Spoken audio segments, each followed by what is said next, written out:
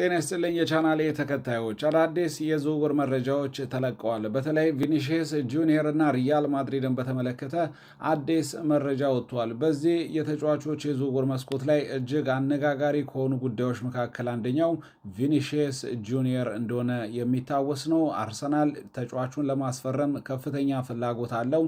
ሪያል ማድሪድ ደግሞ ከተጫዋቹ ጋር የሚያደርገው ኮንትራት ድርድር ከምን ላይ ደርሷል የሚለውን በተመለከተ አዲስ መረጃ ወጥቷል። ይህንን በተመለከተ ወደ እናንተ መረጃ ደርሳለኝ። ማንቸስተር ዩናይትድ፣ ማንቸስተር ሲቲ እና ቼልሲን የተመለከቱ ሌሎች ፈጣን የዝውውር መረጃዎችንም ወደ እናንተ አደርሳለሁ። ለዚህ የዩቲዩብ ገጽ አዲስ የሆናችሁ ላይክ በማድረግ መረጃዎችን ማድመጥ እንድትጀምሩ በአክብሮት ጋብዛለሁኝ። በቀጥታ ወደ መረጃዎች ተሸጋገርን። ቪኒሺየስ ጁኒየርን የተመለከተውን ጉዳይ በቅድሚያ ወደ እናንተ እናደርስ። ቪኒሺየስ ጁኒየር በዚህ የተጫዋቾች የክረምቱ የዝውውር ገበያ ላይ ከሪያል ማድሪድ ሊለቅ ይችላል የሚለው እጅግ አነጋጋሪ ጉዳይ መሆኑ የሚታወስ ነው። ተጫዋቹ በሪያል ማድሪድ ያለው ኮንትራት ሊጠናቀቅ 1 ዓመት ብቻ ቀርቶታል። ሪያል ማድሪዶች የተጫዋቹን ኮንትራት ከወዲሁ ማራዘም የማይችሉ ከሆነ በቀጣዩ ክረምት ተጫዋቹ በነፃ መልቀቅ ይችላል። ከ6 ወር በኋላ ደግሞ ከፈለገው ክለብ ጋርም መደራደር ይችላል። ይህንን ተከትሎ ሪያል ማድሪዶች የተጫዋቹን ኮንትራት ለማራዘም ከፍተኛ ጥረት እያደረጉ ይገኛሉ። በዚህ መሃል ታዲያ የተጫዋቹ ፈላጊ ሆኖ የቀረበው አርሰናል እጅግ በጣም በርካታ ጥረት እያደረገ ይገኛል። ተጫዋቹን ለማስፈረም የተጫዋቹን ካምፕ ከበስተጀርባ በማነጋገር በማሳመን የአርሰናል የቀጣይ ፕሮጀክት ዋናው መሪ ቪኒሺየስ ጁኒየር እንደሆነ ለተጫዋቹ ካምፕ አርሰናሎች በሚገባ እያስረዱት ይገኛሉ። ዛሬ የተሰማው አዲሱ መረጃ ኢኤስፒኤን ነው ይህንን መረጃ ይፋ ያደረገው። ሪያል ማድሪዶች ሀሳባቸውን ቀይረዋል። ከዚህ ቀደም ድርድር ያቀረቡትን የውል ሂሳብ ከፍ በማድረግ ቪኒሺየስ ጁኒየርን ለማቆየት ጥረት እያደረጉ እንደሚገኝ መረጃዎች ወጥተዋል። ከዚህ ቀደም 20 ሚሊዮን ዩሮ በአመት የተጣራ ክፍያ ቪኒሺየስ ጁኒየር እንደሚያገኝና ለ5 ዓመት ኮንትራት ማቅረባቸው የሚታወቅ ነው። ታዲያ ያንን ኮንትራት ውል ቪኒሺየስ ጁኒየር አልተቀበለም። በአዲሱ ውል ላይ ታዲያ ሪያል ማድሪዶች ማሻሻያ በማድረግ በአመት እስከ 25 ሚሊዮን ዩሮ ሊያገኝ የሚችልበትን አዲስ የውል ሂሳብ እንዳቀረቡለት ኢኤስፒኤን መረጃውን አስነብቧል። ይህ ቪኒሺየስ ጁኒየር ከጠየቀው ዋጋ ጋር ሲነጻጸር እጅግ የተቃረበ እንደሆነ ነው መረጃዎች እየጠቆሙ የሚገኙት። ቪኒሺየስ ጁኒየር በአመት እስከ 30 ሚሊዮን ዩሮ የሚደርስ የተጣራ ክፍያን ይፈልጋል። ታዲያ አሁን ያቀረቡት ሪያል ማድሪዶች 25 ሚሊዮን ዩሮ የተጣራ ከታክስ ነፃ የሆነ የክፍያ ዋጋን አቅርበዋል። ይህ ደግሞ ተጫዋቹ ከጠየቀው ጋር ሲነጻጸር ከዚህ ቀደሙ አንጻር ሲነጻጸር የተሻለ ክፍያ ነው። ታዲያ በቀጣይ ቪኒሺየስ ጁኒየር ይህንን ይቀበሏል ወይ የሚለው እጅግ በጣም እያነጋገረ ይገኛል። ሪያል ማድሪዶች በምንም መልኩ ተጫዋቹን የመሸጥ ፍላጎት የላቸውም እየተባለ ይገኛል። 26 ዓመቱ ቪኒሺየስ ጁኒየር በሪያል ማድሪድ ቤት ውስጥ በርካታ ክብሮችን ላሊጋ፣ ቻምፒየንስ ሊግን ጨምሮ ብዙ ስኬቶችን ያሳካ ተጫዋች እንደሆነ ይታወቃል።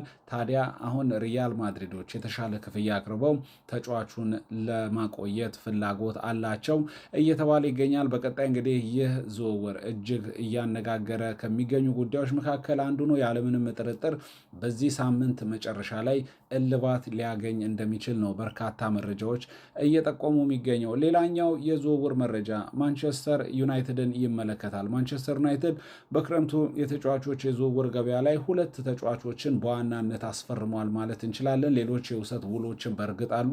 ማንቸስተር ዩናይትድ ከቼልሲ ሳንቶስን፣ ከአስቶን ቪላ ዩሪ ቴሌማንሽን ማስፈረሙ የሚታወስ ነው። ታዲያ ማንቸስተር ዩናይትዶች አሁን የኒውካስል ዩናይትድን ተጫዋች ሌዊስ ሃለን ለማስፈረም ጥረት እያደረጉ እንደሚገኝ መረጃዎች ወጥቷል። ይህንን በሉክሾ ቦታ ላይ ተተኪ ወይም ሉክሾ ቦታ ላይ አማራጭ ማንቸስተር ዩናይትዶች ይፈልጋሉ። ምርጫቸውን ሌዊስ ሃለን የኒውካስል ዩናይትዱን ተጫዋች አድርገውታል። ይህንን ተጫዋች ለማስፈረም ለዩናይትድ እጅግ በጣም ከባዱ ነገር ከኒውካስል ዩናይትድ ጋር ከስምምነት ላይ መድረስ ነው ተብሏል። ኒውካስል ዩናይትዶች ተጫዋቹን የመልቀቅ ፍላጎት የላቸውም። ተጫዋቹ ደግሞ በግል ኒውካስል ዩናይትድን መልቀቅና ወደ ሌላ ክለብ ማምራት ይፈልጋል የተባለው። ታዲያ ማንቸስተር ዩናይትዶች በምን አይነት መንገድ ይህንን ተጫዋች ሊያስፈርሙት ይችላሉ የሚለው እጅግ በጣም መነጋገሪያ ነው። ሉክ ሾ እድሜውም ገፍቷል። 31 ዓመት የደረሰ ተጫዋች እንደሆነ ይታወቃል። ማንቸስተር ዩናይትድ በቀጣይ የውድድር ዓመት ደግሞ በርካታ ውድድሮች ላይ ይሳተፋል። ቻምፒየንስ ሊግን ጨምሮ ወደ 4 ውድድሮች አሉ። በነዛ ሁሉም ውድድሮች ላይ አመቱን ሙሉ ሉክ ሾን ይዘው ማንቸስተር ዩናይትዶች ይጓዛሉ ተብሎ አይጠበቅም። በሱ ቦታ ላይ አማራጭ ተጫዋች ማቅረብ አለባቸው። ይህንን ለማድረግ ዩናይትዶች አሁን ላይ ትኩረታቸውን ወደ ኒውካስል ዩናይትዱ ተጫዋች እንዳደረጉ ነው መረጃዎች እየጠቆሙ የሚገኘው። በቀጣይ በምን አይነት መንገድ ይህ ዝውውር ሊሳካ ይችላል የሚለው እጅጉን እያነጋገረ ይገኛል። ሪያል ማድሪድን የተመለከተ መረጃ እናንሳ። ሪያል ማድሪድ የአርቢ ላይፕዚንጉን ተጫዋች ያን ዲዮማንዴን ለማስፈረም የሚደረገውን ጥረት በቀጣዮቹ ቀናት ለማጠናቀቅ ቆርጠው መነሳታቸውን የተመለከተ መረጃ ተወጥቷል። እንደሚታወሰው ሪያል ማድሪድ ከተጫዋቹ ጋር ሙሉ በሙሉ በግል ጉዳዮች ላይ ከስምምነት ላይ ደርሷል። አሁን የሚጠበቀው ታዲያ ዋናው ጉዳይ ከክለቡ አርቢ ላይፕዚንግ ጋር መስማማት ነው። ይህ የ19 ዓመቱን የአርቢ ላይፕዚንጉን ተጫዋች ለማስፈረም ሪያል ማድሪዶች ከፍተኛ የሆነ ፍላጎት አላቸው። ታዲያ ለክለቡ አርቢ ላይፕዚንግ የሚያቀርቡት የዝውውር ዋጋ ነው እጅጉን እያነጋገረ የሚገኘው። ምክንያቱም ሪያል ማድሪዶች እስከ 100 ሚሊዮን ዩሮ የሚጠጋ ሂሳብ ማቅረባቸውን የተመለከተ መረጃ ወጥቷል። ታዲያ ይህ ሂሳብ በአርቢ ላይፕዚንግ በኩል ውድቅ እንደተደረገ መረጃዎች ወጥቷል።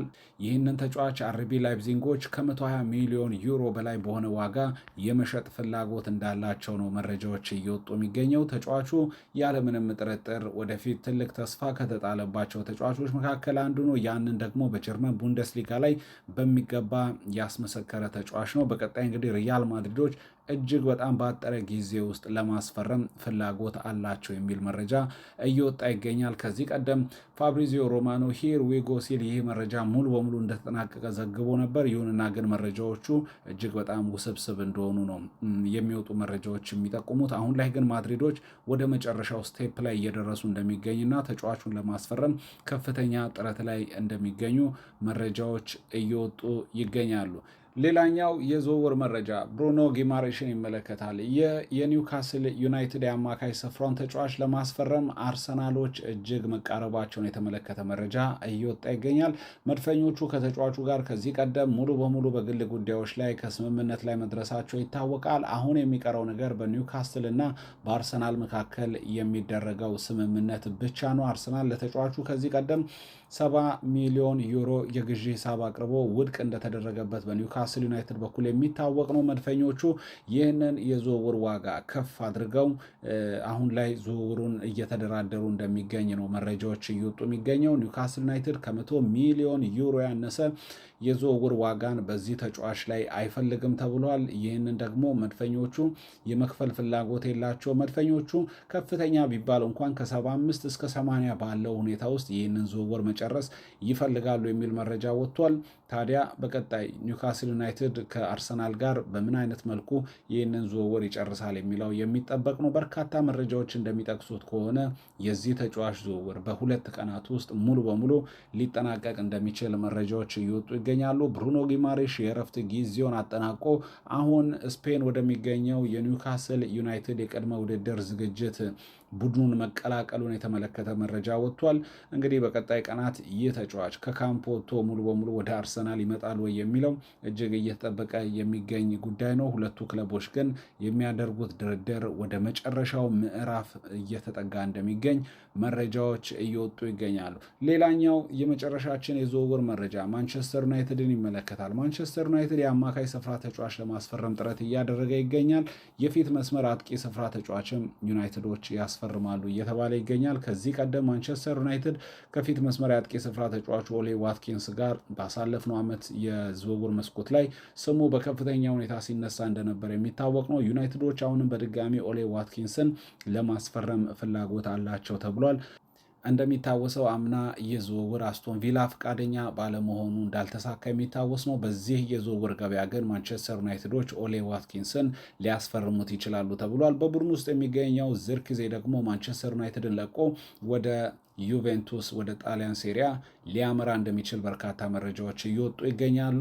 ዩናይትዶች የአስቶን ቪላውን ተጫዋች ኦሌ ዋትኪንስን ለማስፈረም ግን አሁንም ነገሮችን እያጤኑ እንደሚገኝ መረጃዎች እየወጡ ይገኛሉ። ውድ የቻናላችን ቤተሰቦች ለሰዓቱ ያዘጋጇቸው የዝውውር መረጃዎች የተከታተላችሁት ይመስላል። በቀጣይም አዳዲስ የዝውውር መረጃዎችን ወደ እናንተ ይዤ ቀርባለሁኝ። ይመቻል።